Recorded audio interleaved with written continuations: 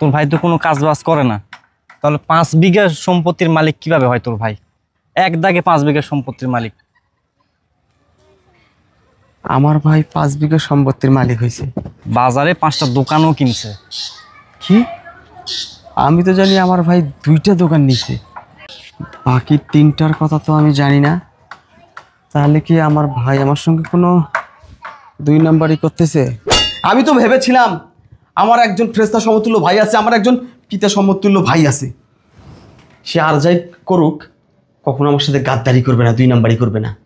শেষমেশ তুমি আমার সঙ্গে এটা করলে ভাইয়া। ছি, ভাবতেও আমার অবাক লাগছে যে তুমি আমার ভাই হয়ে আমার সঙ্গে এত বড় জালিয়াতি করবে, এভাবে ঠকাবে তুমি আমাকে। টাকা দেবো আমি, কষ্ট করব আমি, তোমার বইয়ের শরীরে দেখছো স্বর্ণের জিনিস খালি ঝকমক ঝকমক করতেছে। কষ্ট করে এই মাথার ঘাম ফেলে পায়ের তলায় যাবে, টাকা কামাই করব আমি, আর তোমরা করবা ভোগ বিলাসিতা। এখনই বোঝা যাবে কত বড় 2 নাম্বারই মাল তুমি।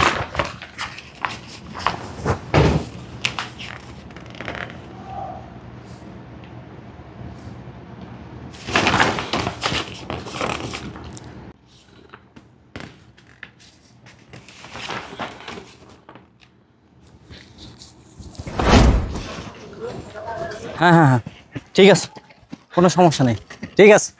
এই আশরাফ না এটা? আশরাফ, আরে বন্ধু, কি অবস্থা? ভালো আছি। ভালো আছিস? হ্যাঁ এই তো আছি। তুই কি আজকে আসলি নাকি প্রবাস থেকে? হ্যাঁ একদম রানিং, তোকে অনেকদিন পর দেখলাম রে। ভালো আছিস তুই? হ্যাঁ আছি। তুই তো অনেক শুকিয়ে গেছিস, আমার মতো চিকন হয়ে গেছিস তো। আরে ভাই, প্রবাসের মাটিতে তো শুধু কষ্ট আর কষ্ট, ওখানে তো কেউ কাউকে মুখ দেখে টাকা দেয় না, অনেক পরিশ্রম করতে হয়। তা কোথায় যাচ্ছিস? আমি যাচ্ছি ওই যে সামনে উত্তরপাড়ায়। ও যাক, তোর সাথে দেখা হয়ে ভালোই হলো। আচ্ছা, আমি একটা জিনিস বুঝলাম না, তুই প্রবাসের মাটিতে থাইকা কি ছিড়ছস? মানে বুঝলাম না। তুই যে প্রবাসের মাটিতে থাইকা টাকা পয়সা পাঠাইছিস, হ্যাঁ, তোর ভাই কিভাবে কোন খাতে টাকাগুলো খাটাইছে তুই কি জানিস? আমার ভাই একজন ফেরেশতা সমতুল্য মানুষ। আমার ভাই বাড়ি করেছে আমার নামে, জায়গা জমি কিনেছে আমার নামে, আর ব্যাংকে যে টাকা জমাচ্ছে সেটাও আমার অ্যাকাউন্টে। তোর ভাই তোর জন্য তুই এসব বলছিস কেন আমাকে? কি সমস্যা তোর? সমস্যা তো অনেক। ওই যে তোর ভাই কচি একটা মেয়েকে বিয়ে করছে, ধুমধাম করে বিয়ে করছে। তা ধুমধাম করে বিয়ে করবে না? আমার বড় ভাই, আর বিয়ের সমস্ত খরচ তো আমি দিয়েছিলাম। কিন্তু তোর সমস্যাটা কি? তুই আমাকে এভাবে আমার বড় ভাই সম্পর্কে বারবার ইঙ্গিত করে কথা বলতেছিস। মানলাম তুই টাকা পয়সা পাঠাইছিস, টাকা পয়সা দিছিস, ওই টাকাতে ধুমধাম করে তোর ভাই বিয়ে করছে। তোর ভাই তো কোনো কাজ বাজ করে না, তাহলে 5 বিঘা সম্পত্তির মালিক কিভাবে হয় তোর ভাই? এক দাগে 5 বিঘা সম্পত্তির মালিক। আমার ভাই 5 বিঘা সম্পত্তির মালিক হয়েছে, বাজারে 5টা দোকানও কিনছে। কি? আমি তো জানি আমার ভাই 2টা দোকান নিছে, বাকি 3টার কথা তো আমি জানি না। তাহলে কি আমার ভাই আমার সঙ্গে কোনো 2 নাম্বারই করতেছে? 100%, 100% তোর সাথে 2 নাম্বারই করতেছে। তোর ভাই যাকে বিয়ে করছে না, একটা কাঙ্গালি ওকিনি ফকিনি মায়াকে বিয়ে করছে, কিচ্ছু নাই ওই মায়ের বাপের। কিন্তু তোর ভাই ওই ফকিনির বাচ্চাকে রাজরানী বানায় রাখছে। ডাবল ডাবল হাতের চুড়ি, গলার মালা, স্বর্ণের চেন, আরো কত কি, একটা বৃদ্ধি কিচ্ছে অবস্থা। দোস্ত, আমার কথা যদি তোর বিশ্বাস না হয়, তুই বাড়িতে যা দেখ, তাহলে সবকিছু প্রমাণ পাবি। তুই আমার অনেক কাছের বন্ধু, তোর সাথে দেখা হলো, এই জন্য আমি তোকে সবকিছু জানাইলাম। শোন আশরাফ, তুই আমার ভাই সম্পর্কে অনেক উল্টাপাল্টা কথা বলছিস। যদি এগুলো প্রমাণ না হয়, তাহলে ভাইয়ের সাথে ভাইয়ের শত্রুতা লাগানোর কত বড় শাস্তি এটা আমি তোকে দেব, মাথায় রাখিস। বন্ধু, আমি কি তোর ক্ষতি চাইবো? ক যা হোক, অনেক খাইছিস, যা, পরে দেখা হবে নি।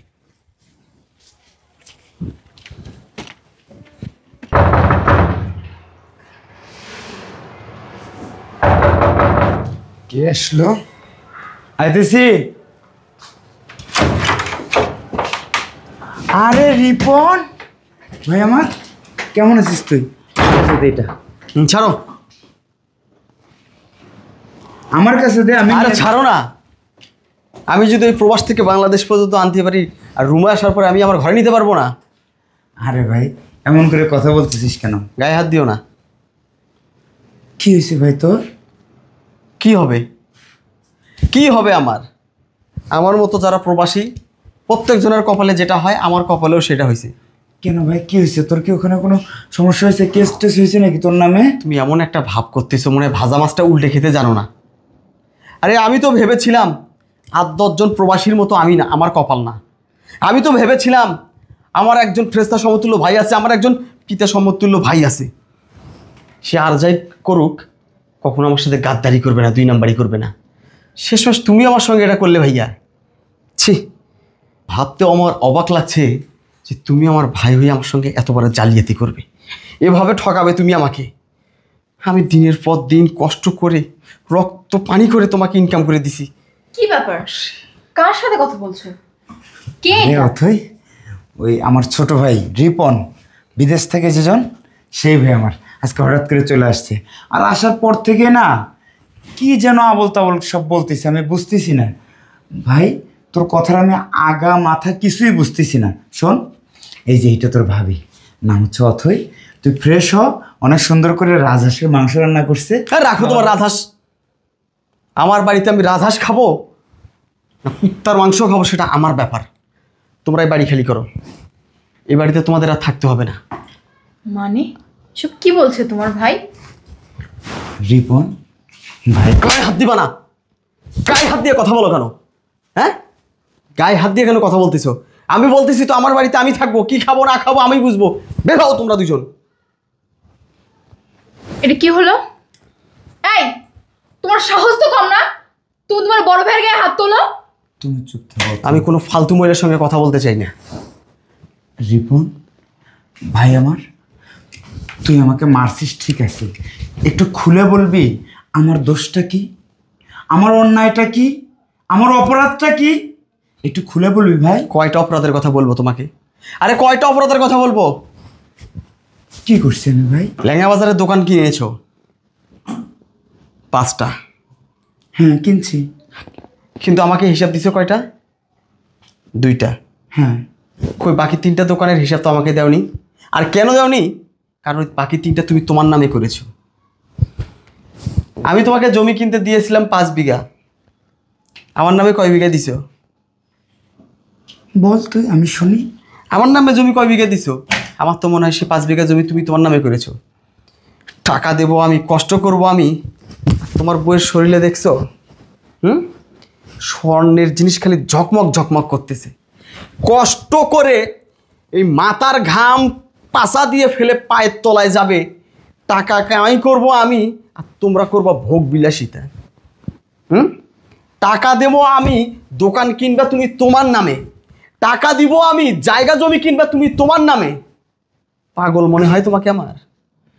পাগল মনে হয়? আমি কি পাগল? বেঈমান, একটা কথা বলবি না, আর একটা কথা বলবি না। তুই কার কাছ থেকে কি শুনছিস না শুনছিস আমি আর সেটা শুনতেও চাচ্ছি না। আমি একেবারে কিছু জানতে চাচ্ছি না। শোন, তোকে আমি ছোট থেকে অনেক কষ্ট করে বড় করছি। তোর কি এই মনে হলো যে আমি তোর সঙ্গে বেঈমানি করতে পারি? একটা বারও মনে হলো না যে আমার ভাই আমার সঙ্গে কোনোদিনই বেঈমান করবে না? তবে শোন, তুই আমাকে এই বাড়ি থেকে বের হতে বলিস না, আমি বের হব। আমার কষ্টটা কোথায় জানিস? তুই যদি আমাকে আলাদা করে ডেকে নিয়ে পায়ের জুতো দিয়েও মারতি, আমার কষ্ট হতো না। কিন্তু আমার নতুন বউয়ের সামনে তুই আমার গায়ে হাত দিতে পারলি? শোন, আমি এই বাড়ি থেকে এখন এই অবস্থায় বের হয়ে যাব। কোনো দিন আর এই মুখ আমি তোকে দেখাবো না। এমনকি আমি যদি মারাও যাই তুই আমাকে দেখতে আসবি না। আর শোন, আমি কি করছি? দোকান কিনছি 5টা। হ্যাঁ, আমি দোকান কিনছি 5টা, তোকে বলেছি 2টা। তোকে সারপ্রাইজ দেব বলে যে তোর টাকা আমি 1 টাকা নষ্ট করিনি। আমি জমি কিনছি, বাড়ি করছি, সব আমার নামে। না, আমার নামে না, সব তোর নামে আমি করছি। এবং সব ডকুমেন্টস আব্বার যে আলমারিটা আছে না, ওখানে রাখা আছে, সব দেখে নিস। এই চলো। আরে দাঁড়াও, তুমি মুখ দিয়ে বললা আর আমি সেটা বিশ্বাস করে নিলাম। আমি কাগজে কলমে বিশ্বাসী। তুমি দলিল নিয়ে আসো, আমি তোমাকে টাকা দিয়েছি, আমাকে তুমি আমার সম্পদ বুঝাই দাও, দিয়ে তুমি কোথায় যাবা এটা তোমার ব্যাপার। তুমি দাঁড়াও, আমি নিয়ে আসতেছি। নিয়ে আসো।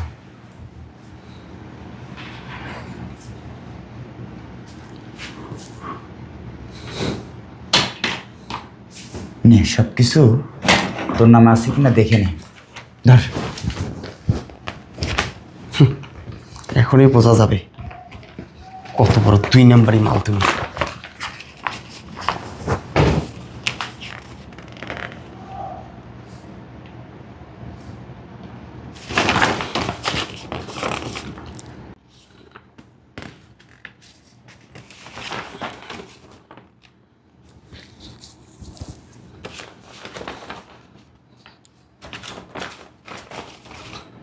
দেখছিস ভালোভাবে?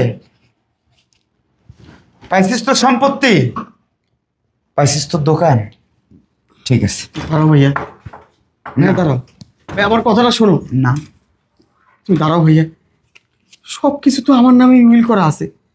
তাহলে করিম চাচার ছেলে আশরাফ যে বলল তুমি নাকি দোকানপাট আর এই নতুন করে যে সম্পদ কিনেছো সব তোমার নামে করেছো। কি বললি তুই? করিমের ছেলে আশরাফ তোকে বলেছে না? হ্যাঁ ভাইয়া। আজকে আশরাফ তোর কাছে বড় মনে হলো? আশরাফই বড় হলো, যার কারণে তুই আমার সঙ্গে সে খারাপ ব্যবহার করলি? আরে তুই কি একটা বড় ভাবলি না যে পিতা সমতুল্য আমার একজন বড় ভাই, আমি তাকে ভুলটা বুঝি কিভাবে? একটা বড় তোর মনে হলো না? শোন, আশপরশ অনেক কিছুই বলবে, কেউ কারো ভালো দেখতে পারে না এই যুগে। এই জিনিসটা তো যথেষ্ট বোঝার বয়স হয়েছে, কিন্তু বুঝেও তুই না বোঝার ভান করছিস। তোকে আমার চেনা হয়ে গেছে। আর শোন, তুই আমাকে এমন জায়গায় কষ্টটা দিছিস না, যে ঘাটা কোনো দিনে আর শুকাবে না। তুই যদি আমাকে আলাদা করে নিয়ে গিয়ে আরো অনেক বেশি অপমান করলি হয়, তবু আমি এই কষ্টটা নিজেকে বোঝাতে পারতাম। তুই আমার নতুন বইয়ের সামনে তুই আমাকে অপমান করছিস, আমার গালে থাপ্পড় দিছিস। শোন ভাই, আমি তোকে অনুরোধ করতেছি, আমার দু চোখ যেদিকে যায় আমি সেই দিকে চলে যাব, তুই আমাকে বাধা দিবি না। আমি প্রয়োজনে রিস্কে চালিয়ে আমি আমার বউকে নিয়ে জীবনযাপন করব, তুই আমাকে বাধা দিবি না। তুই ভালো থাকিস। ভাইয়া আমার ভাবি ভাই ভাই তুমি আমার কথা শোনো না ভাইয়া। ভাবি প্লিজ, ভাবি। কে আমি কি করলাম? আমি মানুষের কথা শুনে আমার ফেরেশতা সমতুল্য ভাই, পিতার সমতুল্য বড় ভাইকে আমি এত বড় কষ্ট দিলাম, এত বড় আঘাত করলাম তাকে আমি। আসলে অন্যের কথা শুনলে আসলে মানুষের কথা শুনে নিজের সংসারে যে অশান্তি করে, এর মতো বোকা আর দুনিয়াতে হয় না। যাক, ভাইয়া যেহেতু রাগ করে গেল, 2-1 দিন গেলে ভাইয়াকে বুঝে শুনে বাড়িতে আনতে হবে, বুঝে শুনে আনতে হবে।